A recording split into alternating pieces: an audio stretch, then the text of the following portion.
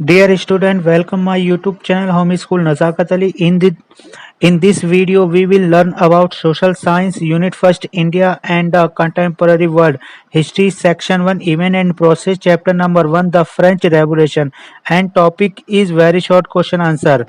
So now let us start our video. And first question is, what did the French Revolution of 1789 stand for? And answer is, the French Revolution 1789 stand for the ideas of liberty, equality and fraternity. इस प्रश्न में पूछा गया है कि 1789 की France की क्रांति किस लिए थी?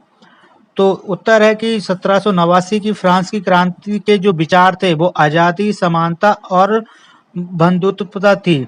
Now next question is, what did the titles books of the written by John Locke, Jean-Jacques Rousseau and Montesquieu? And answer is, Locke wrote the book Two Treatises of Government, Rousseau The Social Contract and Montesquieu The Spirit of Laws. इस प्रश्न में पूछा गया है कि lock, Rousseau और Montesquieu द्वारा कौन कौन सी पुस्तकें लिखी गई थी.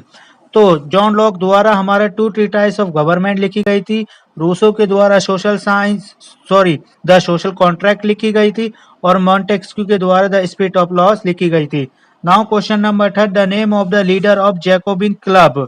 And answer is Maximilian Robespierre was the leader of the Jacobin Club. Our next question is, list the name of two Indians who responded to the ideas of revolutionary France. And Tipu Sultan and Raja Ram Mohan Rai responded to the ideas of revolutionary France. इस प्रश्न में पूछा गया है कि उन दो भारतीयों के नाम बताइए जिन्होंने फ्रांस की क्रांति के विचारों का समर्थन किया. तो उत्तर है, टीपू सुल्तान और राजा राम मोहन राय द्वारा क्रांति के विचारों का समर्थन किया गया था. 5. What is the national anthem of France? And answer is, the Marseillaise song sung by the revolutionary is the national anthem of France. इस प्रश्न में पूछा गया है कि फ्रांस का राष्ट्रीय गीत क्या है, यानी कि नेशनल एंथम. तो फ्रांस का राष्ट्रीय गीत मर्सेलाइज है जो वहां के क्रांतिकारियों द्वारा गाया गया था. Now question number 6, who ascended the throne of the French in 1774? And answer is, Louis XVI of the Bourbon family ascended the throne of France in 1774. इस प्रश्न में पूछा गया है कि 1774 में किसने फ्रांस के सिंहासन को स्वीकार किया या फ्रांस की गद्दी पर बैठा. तो उसका उत्तर है कि लुई 16 जो बर्बन जाति से थे, यानी कि बर्बन परिवार से राजवंश से थे, उन्होंने 1774 में फ्रांस का सिंहासन को अपनाया. Now question number 7, when did the French Revolution occur? And answer is 14 July 1789. इस प्रश्न में पूछा गया है कि फ्रांस की क्रांति कब हुई. तो 14 जुलाई 1789 को फ्रांस की क्रांति हुई थी. Who wrote the Spirit of Laws and what was the theme of the book? And answer is, Montesquieu wrote this book and theme of this book was constitutional form of government. इस प्रश्न में पूछा गया है कि spirit of loss यानी कि जो कानून की आत्मा पुस्तक किसने लिखी और उसकी थीम क्या थी. तो उत्तर है इसका कि मोंटेस्क्यू द्वारा यह पुस्तक लिखी गई थी और इसकी थीम थी कि जो सरकार का गठन हो संविधान के आधार पर हो. Now question number 9, who proposed a division of power with in government? And answer is Montesquieu. इस प्रश्न में पूछा गया है कि किसने सरकार की शक्ति के विभाजन का सिद्धांत दिया. तो उत्तर है, मोंटेस्क्यू द्वारा सरकार की शक्ति का विभाजन का सिद्धांत दिया गया था. Now question number 10, what was the main object of national assembly in France while drafting the constitution in 1791? And answer is to limit the power of the monarch. इस प्रश्न में पूछा गया है कि 1791 में जब फ्रांस का संविधान बन रहा था तो वहां की संसद नेशनल असेंबली द्वारा किस प्रकार का मुख्य उद्देश्य रखा गया, यानी कि जो संसद नेशनल असेंबली थी उसका मुख्य उद्देश्य क्या था. तो इसका उत्तर है कि उसका मुख्य उद्देश्य था कि वहां की जो राजशाही तंत्र था या परिवार था उसकी शक्तियों को सीमित करना. Now question number 11, in which book did Rousseau mention the idea of one person one vote? And answer is the social contract. Rousseau की किस पुस्तक में एक व्यक्ति एक वोट का विचार दिया गया? तो उत्तर है सोशल कॉन्ट्रैक्ट, यानी कि सामाजिक समझौता पुस्तक में एक व्यक्ति एक वोट का सिद्धांत दिया गया था. Now question number 12, who were given the right to vote in France under the constitution of 1791? And answer is only men above 25 years of the age who pay taxes equal to at least 3 days of a labor of wages. इस प्रश्न में पूछा गया है कि France के संविधान जो 1791 में बना था के अंतर्गत कौन व्यक्ति वोट दे सकते थे। तो इसका उत्तर है कि 25 साल से ऊपर के वह व्यक्ति जो 3 व्यक्तियों की मजदूरी के बराबर टैक्स अदा करते थे, उन्हें ही सिर्फ वोट देने का अधिकार था। Now question number 13, who were Jacobins, who was the there leader? And answer is, it was the club of most important and successful leader of France. The member of Jacobin club belonged to mainly to the less prosperous section of the society. Their leader was Maximilian Robespierre. इस प्रश्न में पूछा गया कि Jacobian कौन थे और उनका लीडर कौन था।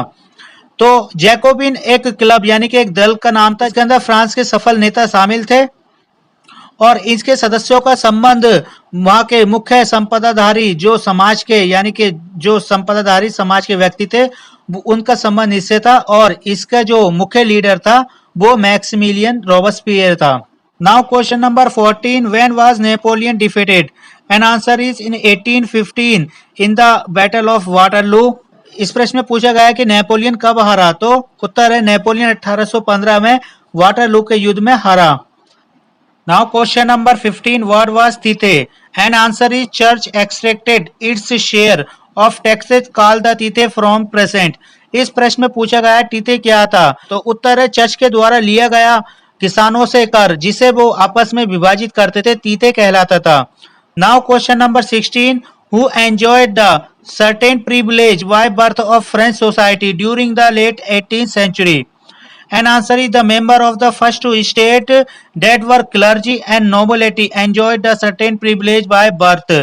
इस प्रश्न में पूछा गया है कि फ्रांसीसी समाज के 18वीं शताब्दी के अंत में ऐसे कौन से 2 वर्ग थे जिन्हें उनके जन्म के आधार पर अधिकार प्राप्त होते थे या सुविधाएं प्राप्त होती थी। तो उसका उत्तर है कि पहले 2 वर्ग, फर्स्ट स्टेट जिसके अंदर क्लर्जी होते थे हमारे पॉप के अधिकारी और नोबिलिटी हमारे राजशाही वंश के अधिकारी को उनके जन्म के आधार पर ही अधिकार प्राप्त हो जाते थे। Now question number 17, which was the most revolutionary social reform of the Jacobian regime? And answer is, the most revolutionary reform of the Jacobian regime was the abolition of slavery. इस प्रश्न में पूछा गया है कि जैकोबिन आंदोलनकारियों द्वारा कौन सा मुख्य समाज सुधार हुआ? तो उत्तर है कि जो जैकोबिन आंदोलनकारियों द्वारा मुख्य सुधार हुआ था वह थी दास प्रथा का अंत, यानी कि वहां पर दास प्रथा को समाप्त कर दिया गया था यानी कि प्रतिबंधित कर दिया गया था। Now question number 18, against whom did French wage war in 1792? And answer is, war was wage against Prussia and Russia. कि इस प्रश्न में पूछा गया है कि फ्रांस का जो मजदूरी का युद्ध था 1792 का वो किसके विरुद्ध में हुआ था? तो यह है प्रशिया और ऑस्ट्रिया के विरुद्ध में हुआ था। Now question number 19, what was the guillotine and who invented it? And answer is, guillotine was the device consisting of 2 poles and a blade with the which person was beheaded? And answer number 2, Dr. Guillotine invented this. इस प्रश्न में पूछा गया है कि guillotine क्या था और उसका आविष्कार किसने किया? तो गुलेटिन एक इस प्रकार का यंत्र होता था जो 2 खंभों के बीच में एक ब्लेड लगा होता है जिसमें व्यक्ति की सर फंसाकर उसकी गर्दन को या उसके सर को काट दिया जाता था और इसका आविष्कार डॉक्टर गुलेटिन द्वारा किया गया था।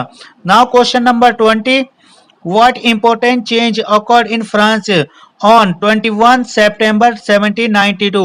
And answer is, on 21 September 1792 monarchy was abolished and France became a republic. इस प्रश्न में पूछा गया है कि 21 सितंबर 1792 के आधार पर फ्रांस में किस प्रकार का परिवर्तन आया? तो 21 सितंबर 1792 को जो राजशाही तंत्र था उसे पूरी तरह से प्रतिबंधित कर दिया गया और फ्रांस को एक गणतंत्र देश बना दिया गया। तो स्टूडेंट्स, आपको ये वीडियो कैसी लगी कमेंट बॉक्स में जरूर लिखें और जो नए व्यूवर्स हैं या जो वीडियो को पहली बार देख रहे हैं चैनल को सब्सक्राइब नहीं किया है प्लीज सब्सक्राइब कर लें। Thank you.